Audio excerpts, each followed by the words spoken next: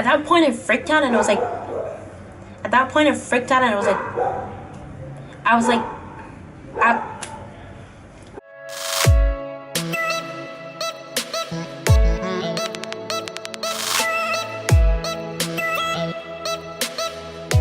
little disclaimer before we start this video. You are going to see me wearing 2 shirts and in 2 locations, and that is because when I was filming the first location, I realized it was not a good idea, and so I had to come in, and now I'm filming in my dad's room. Yeah, I just wanted to get that out of the way. So okay, let's get started with the video. Hey guys, what is up? It's Rihanna, and I'm back with a new video. So as you guys know, on this channel, there's been a lot of talk about paranormal activity, paranormal experiences, and stuff like that.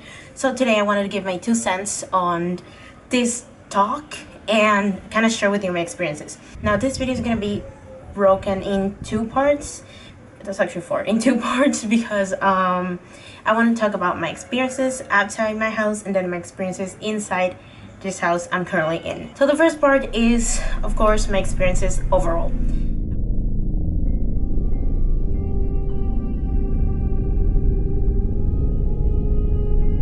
The experience I had was in my neighbor's house a long time ago when I was a kid, like about 9 to 10 years old, maybe younger. My best friend lived next door, and she too was kind of like a medium. Her and her family could feel ghosts. They have talked to them before. They were constantly exposed to ghosts that they weren't even scared anymore. Her house has 3 floors. The second story in that house is kind of like abandoned. There's like 4 rooms, and then one of those rooms is really far in the back. The house is weirdly constructed, so there's one room that's really far in the back and has like a balcony or whatever, and that room they use kind of like a deposit or something. They put stuff that they didn't use anymore in that room, and it's really creepy actually.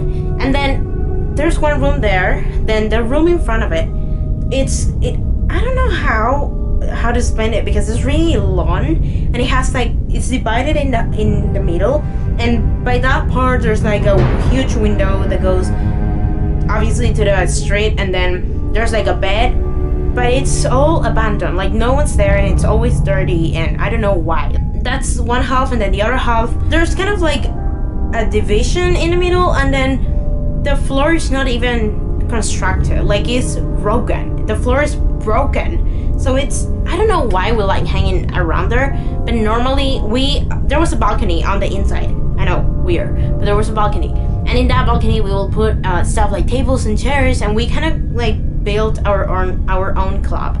I don't even remember how it was called, but we had like a club, and so we will bring our favorite stuff and put it there, kind of like say my favorite jelly or like my favorite toys and stuff like that, and we'll put it in that club.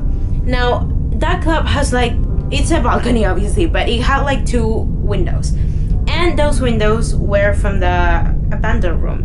And to go to that balcony, we will either just come up the stairs or go through that room. It was very rare for us to go through that room because it was very dirty, and it was just bad. So we never wanted to go through there, and I never understood why they didn't want me to go through there. I never complained anyway. So that one time that we went through there, it was actually 2 times. The first time nothing happened. The second time we went in through there, and then we were just sitting in the chairs we had at our club, and my back was facing like the stairs, and then her just like sitting in front of me. Say you guys are her, and then me, and then there was a wall behind you, and then behind me there's like the stairs and the abandoned room, the entrance to the abandoned room anyway. So we were just sitting there, and at some point she goes blank.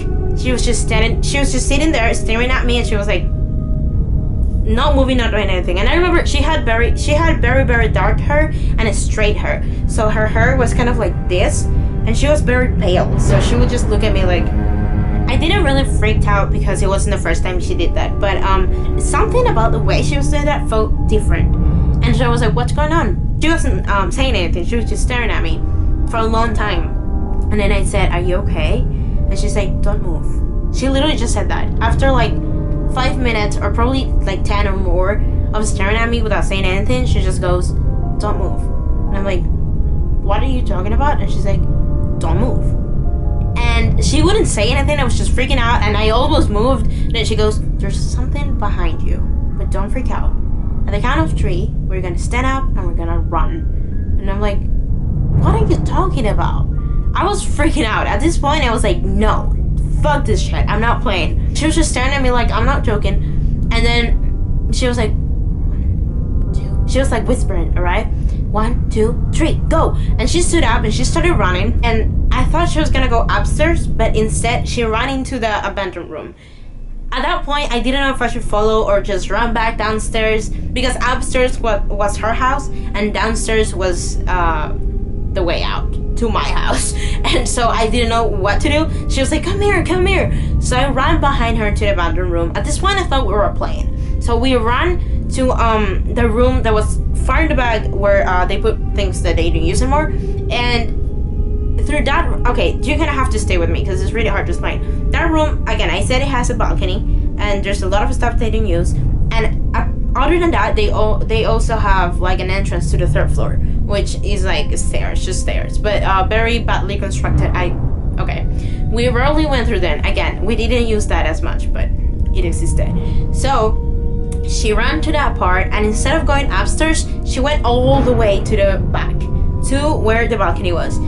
And I was like, "Fuck that, I'm not going." I stood by the entrance, and she was like, "Come here, come here." And then I promise you, I saw behind her, there was a bike, and on top of that bike there was like a blanket, a white blanket, I remember. And all of a sudden, it went up, and I was like, "Oh my god!" And she turned around, she saw it, and she was like, "Go upstairs." So at that point, I run upstairs. She runs behind me, and she's like, "Mom, mom, mom!" And her mom runs back to us. She's like, "What's going on?" Because they used to hang out at the back. I promise I'm gonna do like a vlog where I show you how that house looks now, because I have like in the back of my house there's this place where it's empty actually, but if we go there we can actually see how this house is in the back. So I'm gonna try to show you. It will be illegal though, but I'm gonna try for you. So the thing is, we ran upstairs.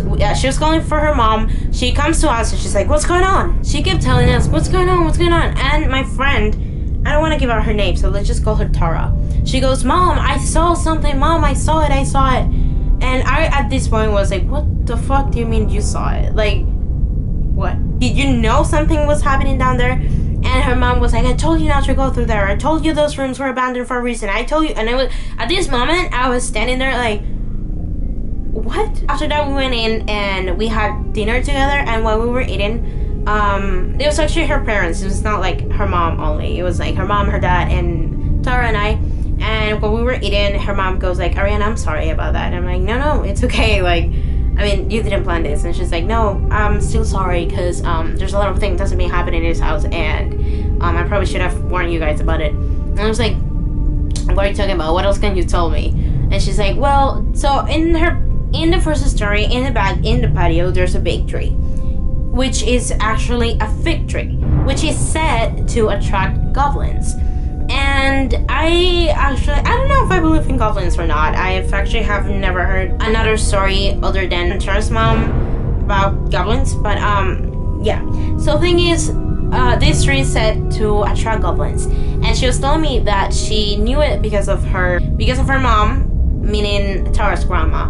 So she said that she wanted to have her own goblin. She said that goblins were good. I mean, not good, but they were like deceiving. So she wanted to have her own goblin. She wanted to see one because she didn't know if she believed in them. And so she said that one day she just came out to that tree and she was like, "Please, I want to see you. Please come out." And nothing happened. And then she had the brightest idea to just bring out a chair and sit there and just wait for it to come out. So she did that. And while she was waiting, she fell asleep. And then she had a dream where a goblin told her not to wait for him because he was not gonna come out, that she should just leave. And then she woke up and she was like, "Holy shit." She went back in, and then when they were reconstructing one side of the house, they found at the very bottom little things, like silverware and stuff like that, but very, very little. And they saved it, but they didn't say anything. And then when she talked to her mom, meaning Tara's grandma, the grandma said that they probably belonged to goblins, and that house had a lot of goblins, and that each of them had one. Now Now remember how I told you in the back of my house, I'm actually able to see all the way back to that house, and that I have like a vision to the 3rd floor and the 2nd floor. Well, I actually had vision to the patio as well, and there I could see the big fig tree, and I will just go every day to the back of my house and stand there just to see if I would see a goblin. I never did so when they cut it out, and I never actually saw it anymore. I don't know if it grew back because I haven't been to that house in years, but I for sure know that there were things. But yeah, that's the stories I have on ghosts. I have a lot more, and I could honestly go on and literally do a series on these videos, not only like a part 1 and part 2. But I hope you enjoyed. If you did, give this video a massive thumbs up. Don't forget to subscribe to see me every Friday and Leni every Wednesday, and don't forget to stay tuned for part 2. I love you guys. Mwah. Bye.